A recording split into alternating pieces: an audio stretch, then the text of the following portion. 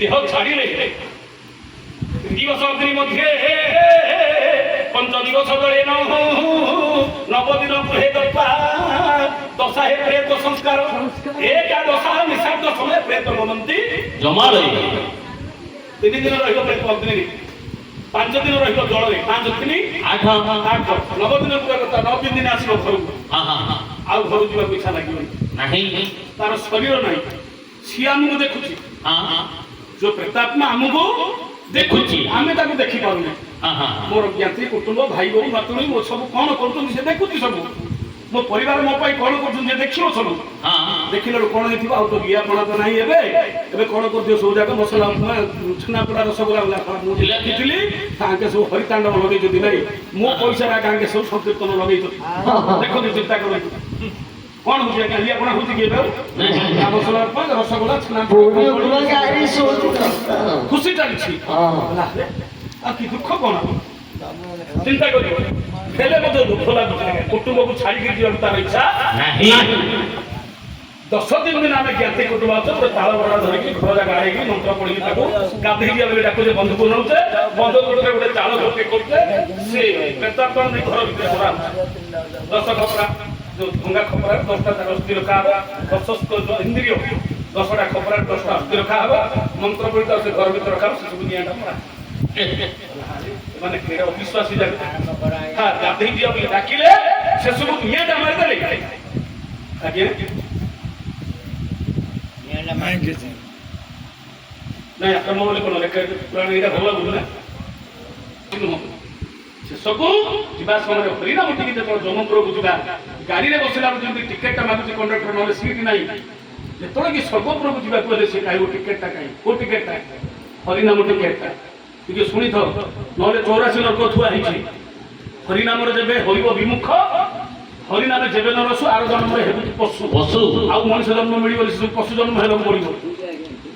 ହରିନାମେ ଯେବେ ନ ରସୁ ଆର ଜନ୍ମରେ ହେବୁ ତୁ ପଶୁ ପଶୁ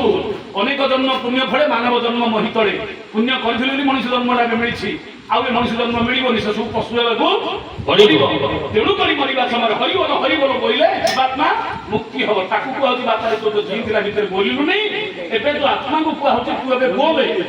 ହରିବଲି ବୋଇଲେ ଏକା ମୁକ୍ତି ହେଇକି ସ୍ୱର୍ଗକୁ ଯିବୁ ତେଣୁ ହରିନାମଟା କରାଉଛି ଆପଣଙ୍କର ପଇସା ବ୍ୟର୍ଥ ଯିବନି ମା ଏ ଯୋଉ ହରିନାମ ଟିକେ କହୁଛୁ ଆମେ ଗାଉଛୁ ଭଗବାନଙ୍କର ଗୁଣ ଯେତେବେଳେ କି ପହଞ୍ଚିବ ସେ ପ୍ରେତ ଯାଇକିରି କଣ କରିଥିଲୁ ନା ମୋ ନାତି ନାତୁଣୀକୁ ସମସ୍ତେ ଜମା ହେଇକିରି ଯିବେ ହରିନାମ ବାହାରକଳା ଟିକେ ଲଗେଇଥିଲେ ଯାହା ନାହିଁ ଭାରତେ ତାହା ନାହିଁ ଜଗତେ ଭାରତର ସତୀ ମାତ୍ରେନ ଗଙ୍ଗା ସ୍ନାନେ ନ ମାନବା ଗଙ୍ଗାରେ ସ୍ନାନ କଲେ ପାଣିରେ ବୁଡ଼ିଲେ ଦେହଟା ସଫା ହେଇଯିବ କିନ୍ତୁ ମନ ସଫା ହବନି ମନ ସଫା ହବନି ନାହିଁ ପ୍ରିୟ ଦର୍ଶନ କାଠକି ପଥର ଗଙ୍ଗା ଦର୍ଶନ ପାଣି ସାଧୁ ଦର୍ଶନ ମୁକତି ପସରା ଫାକିଏ ଥିଲେ ସମସ୍ତଙ୍କ ପାଖରେ କଥାଟି ଶୁଣିପାରିବନି ସମସ୍ତଙ୍କ ପାଖରେ କଥା ଶୁଣିପାରିବନି ଆରେ ତମେ ପାଣିରେ ଗାଧେଇଲେ ସାବୁନ ମାରିଦେଲେ ଦେହ ସିନା ମଇଳା ପଡିବ ମନଟା କଣ ପବିତ୍ର ହେଇଯିବ ହରିନାମ ହରିନାମ ହରିନାମ ଶୁଣିଲେ ହିଁ ଏଣୁ ନାଁରେ ହେଲା ନାମ ଜଗ ନା ହେଲା ନାମ କୋ ନାମ ହରିନାମ ଆଉ ଥରେ ପିଣ୍ଡଟା ଯିବ କୋଉଠି ଥୟ ହବ ଭଗବାନଙ୍କ ପାଖରେ ପିଣ୍ଡଟା ଯାଇକିରି ତେଣୁ ଜଗନ୍ନାଥ ଆଜ୍ଞା ଜରେ ଜନ୍ମ ଗରେ ନାଁରେ ନାମ ଯଦି ନାମଟା ଧରିଛ ତୁଣ୍ଡରେ ତାହେଲେ ପିଣ୍ଡଟା କୋଉଠି ଥୟ ହବ ଭଗବାନଙ୍କ ପାଖରେ ଯାଇକି ଆତ୍ମାଟା ଉପରେ ପହଞ୍ଚିବ ନହେଲେ 84 ନର୍କ ଥୁଆ ହେଇକି ବାପା ଯାଇକି ଘାଣ୍ଟେ ଆଉ ତମେ ଯୋଉ ଭୋଜି ଭାତ କଲେ ସେଇଥିରେ ଯିବନି ଅନ୍ନ ପ୍ରସାଦ ଅଛି ଖାଇବା ସମୟରେ ଭୋଜି ଭୋଜନ ଦେବା ଦେଲେ ହିଁ ପେଟକୁ ମିଳିବ ଆମେ ସତ କଥା କହୁଛୁ ନହେଲେ ସେ ଭୋକ ରହିଯିବ ଏଇଟା ଠିକ କିନ୍ତୁ ନାମଟା ହେଉଛି ଅନ୍ତର ପବିତ୍ର ନହେଲେ ସେ ଭଗବାନଙ୍କ ପାଖରେ ପହଞ୍ଚି ପାରିବ ନାହିଁ ହଉ ହଉ ଆଉ ମହତ କଥା କଲେ ବୋଧେ ମହାପ୍ରସାଦ ଏମିତି କହିଦେବି ତମକୁ ପରିଶ୍ରମ ହଉଛି ମୁଁ ଜାଣିଛି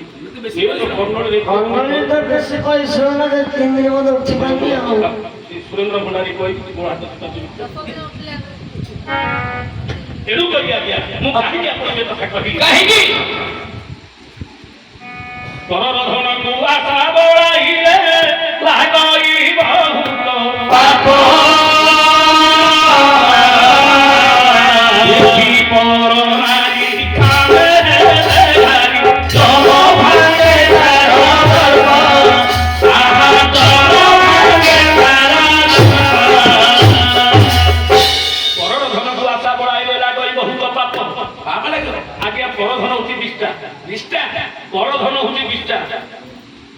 ଏ କଥା ନା ବରଧନ ବିଷ୍ଟା ବୋଲି ତମେ ଜାଣିନ ତ ଜାଣିନି ବସ କହିବି ବଢିଆ ସୁନ୍ଦର କଥାଟି କହିବି ମା ମାନେ କି ହସିଗଲି ନା ନା ହସିବନି ବୋଲେ କହିବି ମୋ ମା ମାନେ ଗୋଟେ ବଢିଆ କଥାଟି କହିବି ମା ନାଇଁ ନାଇଁ ବରଧନ ବିଷ୍ଟା ନାଇଁ ହସ ତମେ କୋଣ ହସ ଯେତେ ବାର ହସୁଛି ଦେଖ ହୁଗୁଳିଆ ହସୁଛି ଆରେ ହୁଗୁଳିଆ ଆମ ଗାଁରେ ଆମ ଗାଁରେ ଗୋଟେ ପିଲାଟି ଆମ ଗାଁରେ ଜାଣିଛନ୍ତି କୋଉଟା এই গাঁরে তো আমার অধে বন্ধু বান্ধব ଆମ ଗାଁରେ 600 ତେଲି ଏ ଗାଁରେ ମଧ୍ୟ ଝାଡ଼ା କୁଣ୍ଡୁ ଆରମ୍ଭ କରି ଗୁରୁ ବନ୍ଧୁ ଧରିକି ସବୁ ଜାଗା ଆମର ଗାଁକୁ ସବୁ ବନ୍ଧୁ ବାନ୍ଧବ ଲାଗିଛି ଏଇ ଗାଁରେ ତ ଦେଶର ବନ୍ଧୁ ବାନ୍ଧବ ନିଶ୍ଚିତ କାହାକୁ କିଏ ମଧ୍ୟ ସଂଗ୍ରହ କରିଥିବ ଆଉ ତେଲି ଲୋକ କିଏ ଜାଣିଛୁ ଏମାନେ କୁବେର ପୁତ୍ର ହେଉଛନ୍ତି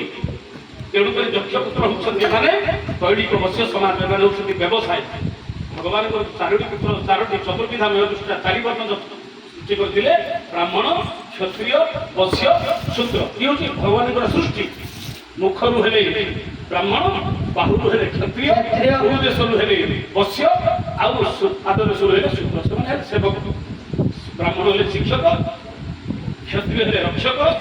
ବୈଶ୍ୟ ହେଲେ ପୋଷକ ଏ ସଂସାରରେ ପୋଷିବା ପାଇଁ ବ୍ୟବସାୟ କରିବ ଧନ ସମ୍ପତ୍ତି ଧନୀ ହେଉଛନ୍ତି ଆରେ କୁବେର ପୁତ୍ର ପାରା ସେମାନେ ହେଉଛନ୍ତି କୁବେର ପୁତ୍ର କୁମୁଡି ନାହିଁ କୁମୁଡି କୁଆଡେ ଯକ୍ଷ ପୁତ୍ର ଗୋଟେ କଥା ଶୁଣେ ହେଲେ ଆମ ଗାଁରେ ଜଣେ ବିବାହ କହୁଛି ନା ପରଧନ କେମିତି ବିଷ୍ଟା ହେଲେ ବିବାହ ହେଲେ ଯୋଗ ଠିକ ହେଇଗଲା ଗୁଆ ଦେବାକୁ ଆଗେ ମାମୁଁ ଘରେ ଗୁଆଟା ଦେଲା କାହାକୁ ଦବ ନା ମାମୁଁ ଗୁଆ ଦେଇପାରିବନି ହେଲେ ମାମୁଁଟା ଅନ୍ଧଟା ଛୋଟାଟା ଯିବାକୁ ନାହିଁ କୁଆଡେ ଅନ୍ଧ ସହଜେ ଛୋଟା ମାମୁଁ କୁଆଡେ ଯିବାକୁ ନାହିଁ ମାମୁଁ ଘରେ କୁଆଡେ ଦେଲା ବନ୍ଧୁବାନ୍ଧବ ସମସ୍ତଙ୍କୁ ଦେଲା ହେଲେ ଖୋଜି ଦିନ ବେଲା ହଇଲ ଭଣଜା ପିଲାଟା ଗୁଆ ଦେଇକି ବିବାହ ନଗଲେ କେମିତି ମୁଁ ତ ଅନ୍ଧ ଛୋଟା ମୁଁ ଯାଇକି କଣଟା କରିବି ପିଲା ଦିଟାକୁ ଧରିକିରି ଯା ମାଇଁ ବି କହିଲା ପିଲା ଦିଟାକୁ ଧରିକିରି ଯା ଆଉ କଣ ଭୋଜି ଭାତ ହେଇଥିବ ଖାଇବୁ ମୋ ପାଇଁ ଆସିଲା ବେଳକୁ ଭୋଜି ଗଣ୍ଡେ ଘିନା ଆଣିବୁ ଆଉ ଭୋଜି ଭାତ ଗୋଟେ ଖାଇବୁ ମହତ ଦେଇଦବୁ ଆଉ ଆସିଲା ସମୟରେ ଯଦି ମିଳିଲା ବେଲେ ଭୋଜି ଭାତ ଖଣ୍ଡେ ମୋ ପାଇଁ ଧରିକି ପଳେଇ ଆସିବୁ ଇଏ ତ ଅନ୍ଧ ଛୋଟା ମାମୁଁ ଗଲାନି ମାଇଁ ଶାଶୁ ଗଲା ମାଇଁ ଗଲା କଣ ଜାତିଲେ ହାର ବୁଝିକି ହେଲେ ଭୋଜିରେ ତୁ ଜାଣିଛୁ ଛୋଟିଆ ଛୋଟ ଜିନିଷ ଭାଡିକି ଟେକା ହେଇଯାଇଥିବ ହେଲେ ଖାଲି ବଡ ବଡ ହଣ୍ଡା ହାଣ୍ଡି ଆଗା ଥୁଆ ଏ ମାଇଁ ପାଖରେ ଟିକେ ଚୋରୁଣି ପ୍ରକୃତି ଅଛି ଇଏ ଦିନରୁ ରାତି ଯାକ ଖୋଜୁଛି କଣ ହେଲେ ହାବୁଡେ ପଡିଲେ ବେଗ ଭିତରେ ଫୁଟି ପଡେ ଛୋଟିଆ ଛୋଟ ଜିନିଷ ଭିତରେ ସବୁ ଭାଡିକି ଟେକା ହେଇଯାଇଛି ହଣ୍ଡା ହାଣ୍ଡି ବାଲ୍ଟି ଭୋଜି ଭାତ ପେଡା ଏଇଗୁଡା ଜାଗା ଯୋଉଗୁଡାକ ବେଗ ଭିତରେ ରହିବା ଜିନିଷ ନାହିଁ ଏମିତି ହେଇକି ରାତି ପର୍ଯ୍ୟନ୍ତ ହାବୁଡେ କିଛି ପଡିବାକୁ ନାହିଁ କି ଆଣିପାରିବାକୁ ନାହିଁ ଚୋରୁଣି ପ୍ରକୃତି ଯାହାର ଥିବ ତାର ମନଟା ସେଇ ଜାଗା ଥିବ କୋଉଠୁ କଣ ମିଳିଲା ହାବୁଡେ ପଡିଲେ ଟିକେ ପୁରେଇ ଦେଇ ବେଗ ଭିତରେ ବୋଲି ଖୋଜୁଛି ହାବୁଡେ କିଛି ହେଲେ ପଡୁନି ଏମିତି ରାତି ହେଇଗଲା ଏ ଯୋଉ ବୋଉ ପିଲାଟାକୁ ଛାଡିବାକୁ ଆସିଥିଲେ ବାପା ଘର ଲୋକ ବୋଉ ପିଲାଟାକୁ ଛାଡ଼ିଦେଲେ ଭୋଜି ଗୋଟେ ଖାଇଥିଲେ ସେମାନେ ସେ ତାଙ୍କ ଗାଁକୁ ପଳେଇଲେ ଇଏ ନୂଆ ବୋଉ ପିଲା ଇଏ ରାତି 12ଟା ହେଇଛି ବୋଉ ପିଲାଟା ବୋଧେ ଛଡା ଲାଗିଲା ଇଏ କାନ ନାକ ଚିହ୍ନି କି କାନ ଚିହ୍ନି ଲୋକ ସିଆଡେ ଭୋଜି ଭାତରେ ସବୁ ଶାଶୁ ନଣନ୍ଦ ସିଆଡେ ସବୁ ଅଛନ୍ତି ବୋଲା କାହାକୁ ଡାକି ଏବେ ସିନା ଘରେ ଲେଟ୍ରିନ୍ ବାଥରୁମ୍ ସେଥିରୁ ଲେଟ୍ରିନ୍ ବାଥରୁମ୍ ଅଛି କି ଏବେ ତମ ଗାଁରେ ଗୋଟେ ଅଛି କି ନାଇଁ ଏବେ ମଧ୍ୟ ନାହିଁ ଏବେ ମଧ୍ୟ ରାସ୍ତା କଟାକେ ଯାଉଛି ସିଏ ଭାବିଲା ରାତି ଅଧରେ କୁଆଡେ ଯିବି ମୁଁ ନୂଆ ବୋଉ ପିଲାଟା କିଛି ଜାଣିନି କାହାକୁ ଡାକିବି କାହା ଗାଁ ଚିହ୍ନି କି ଗାଁ ଚିହ୍ନି କରିବି କଣ ଏଇ ଯୋଉ ଭୋଜି ଭାତର ଖଲି ପତ୍ର ଯାକ ଖାଉଛି ଏ କଣ ସେ କଣ ପଡିଥାଉଛି ଦିଟା ଖଲି ପତ୍ର ଆଣିଲା ପକେଇଦେଲା ଛାଡା ବସିକି ସୁତୁଲି ବୁଡେଇକି ମାମୁଁ କୁଡା ବାନ୍ଧିକି ଗୋଟେ କଣରେ ରଖିଦେଲା ପାହାନ୍ତିଆ ଉଠିକି ଗାଧେଇ ଗଲା ବେଳକୁ ଏମିତି କୁଡାଟା ଫିଙ୍ଗି ଦେବି ବୁଝିଲ ନା ନାଇଁ ମାମୁଁ ଶୌଚବାସ ହେଇକି ବୋଉ ପିଲା ଶୋଇ ପଡିଲେ ରାତି 4ଟା 5ଟାରୁ ମାଇଁ ଶାଶୁ ଉଠି ପଡିଲା ଗାଡି ଫିଟିଯିବ ନହେଲେ ପାହାନ୍ତିଆ ଗାଡିରେ ପଳେଇବ ହେଲେ ପଳେଇବି କହୁଛି ସିନା ହାବୁଡେ କିଛି ପନି ବେଗ ଭିତରେ କିଛି